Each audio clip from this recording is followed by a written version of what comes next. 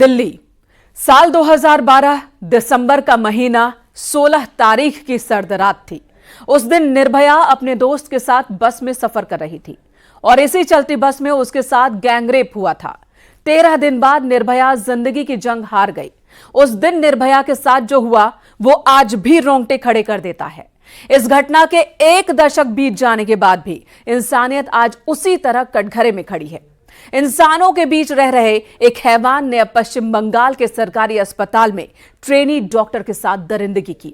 Lady doctor का postmortem करने वाले डॉक्टर भी जख्मी जिस्म की गवाही देख रो पड़े।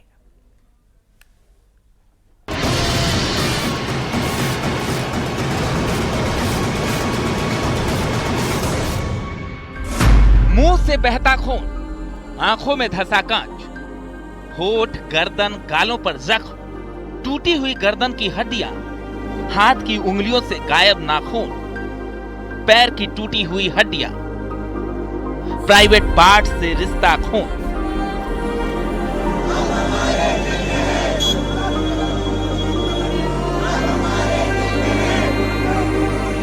ये डॉक्टर बिटिया के जिस्म पर जख्मों की लिस्ट है।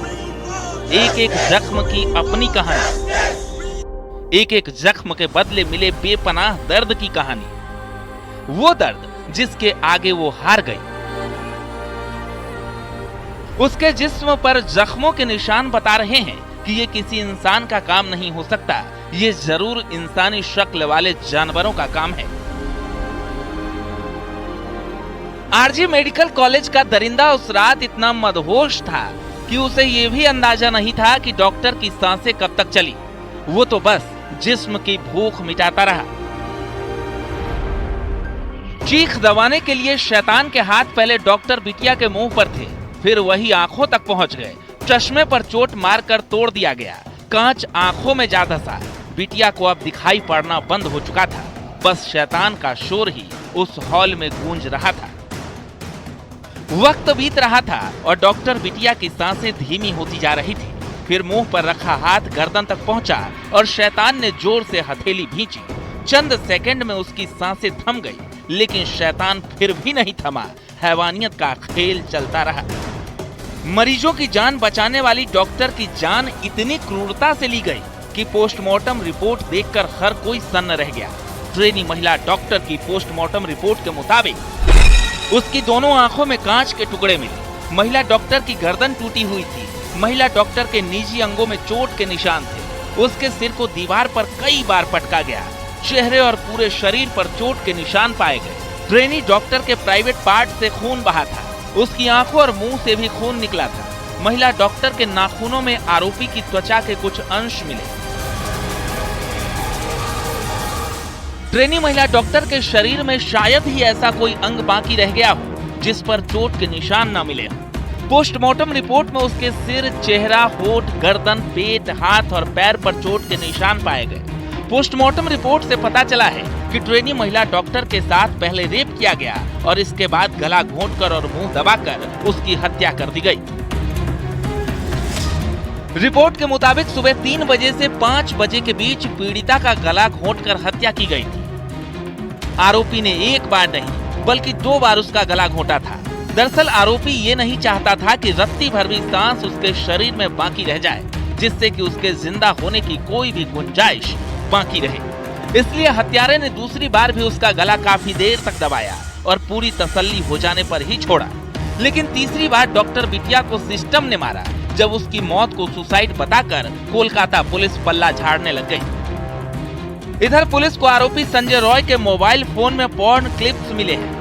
पुलिस के मुताबिक वारदात को अंजाम देने से पहले उसने अस्पताल के पीछे वाले हिस्से में शराब पी और पॉर्न देखा।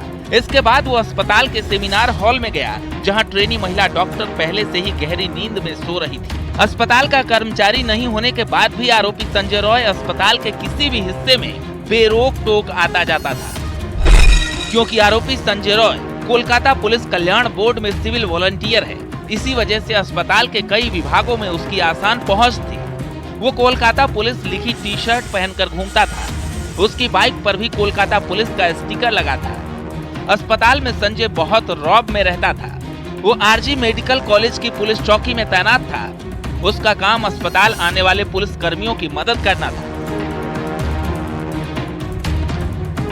अस्पताल में आरोपी संजय रॉय खुद को कोलकाता पुलिस का कर्मचारी बताता था। उसकी सैलरी महज 12,000 रुपए है, लेकिन कहा जा रहा है कि अस्पताल में भर्ती कराने के लिए वो मरीजों से रिश्वत लेने वाले गिरोह का सदस्य था, जो अस्पताल में भर्ती होने के लिए मरीजों के रिश्तेदारों से पैसे वसूलता था। लेकिन अब उसके हर काली करतूत से पर्दा उठाने के लिए सीबीआई एक्शन में आ चुकी है।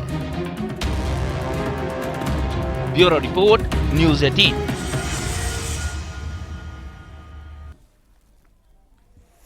आरजी मेडिकल कॉलेज में ट्रेनी डॉक्टर के साथ रेप और हत्या की जांच सीबीआई ने शुरू कर दी है। दूसरी तरफ मामले से जुड़े 2 वीडियोस भी सामने आए, जिन्होंने इस मसले में कई गंभीर सवाल खड़े कर दिए हैं। एक वीडियो वारदात के बाद का है, बताया जा रहा है, जो वारदात वाली जगह के पूरे हाल को बयां कर रहा है, जबकि दूसरे वीडियो में दावा किया जा रहा है कि अस्पताल में रिनोवेशन के नाम पर तोड़फोड़ की जा रही है, सबूत मिटाए जा रहे हैं।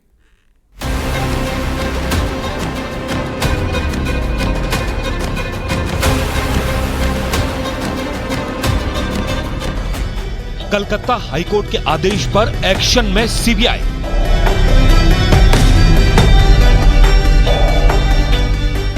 सीबीआई गिरफ्त में ट्रेनी डॉक्टर की हत्या का आरोपी।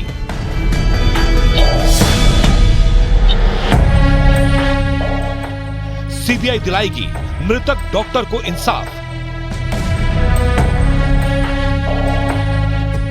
कलकत्ता हाईकोर्ट के आदेश के बाद सरकारी अस्पताल की महिला डॉक्टर के साथ हुई हैवानियत के मामले में सीबीआई एक्शन में आ गई है। सुबह सुबह सीबीआई की टीम कोलकाता पहुंची और आरोपी संजय रॉय को कोलकाता के सीबीआई दफ्तर लाया गया। अब सीबीआई की टीम आरोपी संजय रॉय से पूछताछ करेगी और 9 अगस्त की रात हुई हैवानियत का सच सामने लाएगी। जांच के लिए सीबीआई ने कई एंगल तैयार किए हैं। मसलन वारदात के वक्त मौके पर कौन कौन था? संजय रॉय ने क्या अकेले वारदात को अंजाम दिया था? क्या वारदात के वक्त संजय का कोई साथी भी था? वारदात वाली रात अस्पताल में क्या क्या हुआ था? मृतक डॉक्टर उस रात किस किस से मिली थी? वारदात के वक्त अस्पताल का दूसरा स्टाफ कहां था? आरोपी संजय रॉय को अस्पताल में संरक्षण कौन दे रहा था? ये वो सवाल हैं जिनको सुलझाना सीबीआई की प्राथमिकता होगी, ताकि पूरे मामले में कड़ी से कड़ी जोड़कर सच को सामने लाया जा सके। इसके साथ ही सीबीआई पोस्टमार्टम करने वाले डॉक्टर्स से भी बातचीत करेगी। वारदात वाली जगह का वीडियो आया सामने।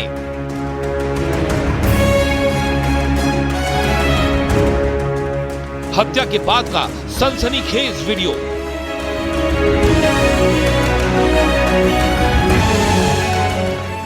वीडियो से निकलेगा 9 अगस्त की रात का सबूत। आरजीकर अस्पताल की महिला डॉक्टर से हैवानियत का हैरान करने वाला वीडियो सामने आ गया है। 9 अगस्त का यह वीडियो वारदात के बाद का पहला वीडियो है। अस्पताल के अंदर का यही वो कमरा है जहां महिला डॉक्टर दरिंदगी का शिकार हुई थी। इस वीडियो में शिकार हुई महिला डॉक्टर का शव भी साफ दिखाई दे रहा है। सेमिनार हॉल को भी इन तस्वीरों में आप साफ देख सकते हैं। अस्त व्यस्त सा दिखाई दे रहा हॉल डॉक्टर से हुई हैवानियत की कहानी बताने के लिए काफी है।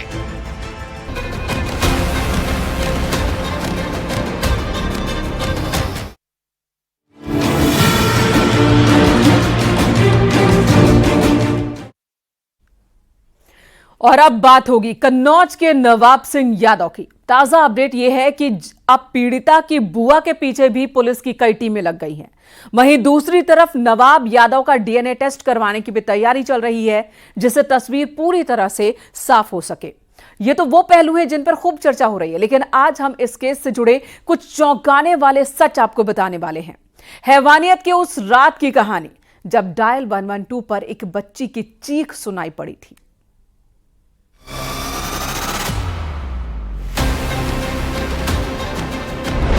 अय्याशी के अड्डे पर सबसे बड़ा खुलासा। हैवानियत की नियत नवाब के थे खौफनाक ख्वाब।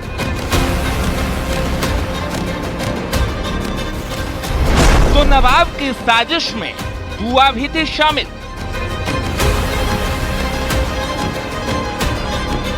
रेप, छेड़छाड़ और अपराध, ये कन्नौज वाले नवाब सिंह यादव के राज हैं, जिसे अंजाम देने का एक ही अड्डा था, एक ही ठिकाना। करीब 4 दिन बाद केस में कई अपडेट आ चुके हैं। रेप का केस बना, बुआ की साजिश बेनकाब हो गई, लेकिन कई पहलू ऐसे हैं जिनसे पर्दा उठना बाकी है। आज हम इन सभी पहलुओं की पड़ताल करेंगे। कहानी की शुरुआत शुरू से करेंगे। साल 1995 कन्नौज का पीएसएम डिग्री कॉलेज, इसी कॉलेज में एक लड़का पढ़ने के लिए आया। नाम था नवाब सिंह यादव। कुश्ती के अखाड़े में तगड़े दांव पेश चलने वाले नवाब आगे चलकर इसी डिग्री कॉलेज छात्र संघ का अध्यक्ष बना, फिर सपा लोहिया वाहिनी का अध्यक्ष। सियासत से शुरू हुआ सफर अपराध की दुनिया तक ले आया। 11 अगस्त रात 1:30 बजे डायल 112 पर एक कॉल आती है। कॉल पर दूसरी तरफ से एक लड़की बात कर रही थी। डरी सहमी लड़की ने कांपती आवाज में कहा, जल्दी मदद भेज दीजिए, मेरे साथ गलत काम हुआ है। खबर मिलते ही पुलिस मौके पर पहुंची तो तस्वीरें दिल को झकझोर देने वाली थी। 8,000 क्या बात हो गई भैया? ये हुआ? आइए आइए।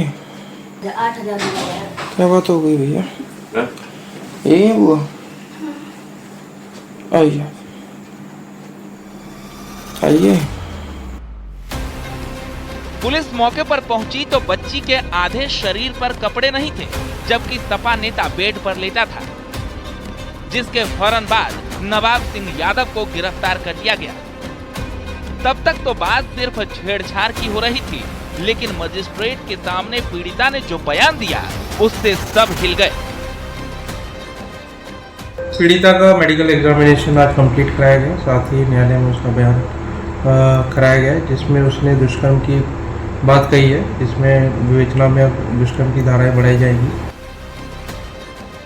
पीड़िता का बयान बदलते ही पुलिस ने आरोपी के खिलाफ रेप की धारा में केस दर्ज किया है।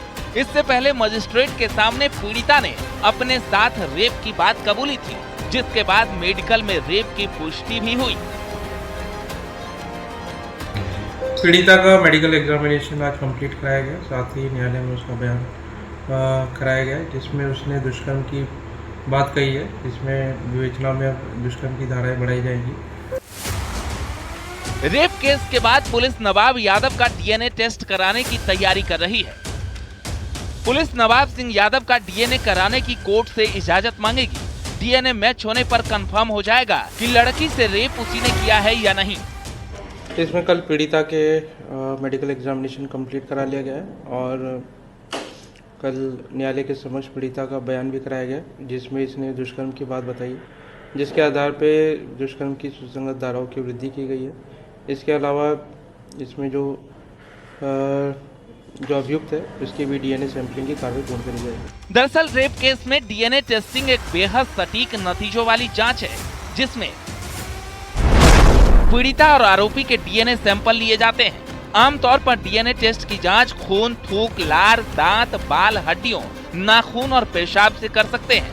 नमूने लेने के बाद साइंटिफिक तरीकों से डीएनए कोशिकाओं को अलग किया जाता है, फिर इसकी तुलना की जाती है। अगर पीड़िता के शरीर पर आरोपी का डीएनए मिलता है तो इससे रेप की पुष्टि हो जाती है। डीएनए से रेप की पुष्टि 99% तक सटीक होती है। 10 से 15 दिनों में डीएनए रिपोर्ट मिल जाती है, लेकिन ऐसे मामलों में कोर्ट की अनुमति जरूरी होती है और कन्नौज पुलिस नवाब सिंह यादव के डीएनए के लिए कोर्ट से परमिशन मांगने की तैयारी कर रही है। किसी भी तरह की क्राइम की जब जांच की जाती है तो उसमें सीरीज ऑफ टेस्ट होते हैं, जैसे जो फोरेंसिक जांचें होती है। डीएनए टेस्ट के लिए सैंपल लेना बहुत महत्वपूर्ण है और वो सैंपल जो फोरेंसिक एक्सपर्ट टीम जब जाती है तो वो वहां से सैंपल लेती है। इसमें मेडिकल एक्सपर्ट्स होते हैं और फोरेंसिक एक्सपर्ट होते हैं।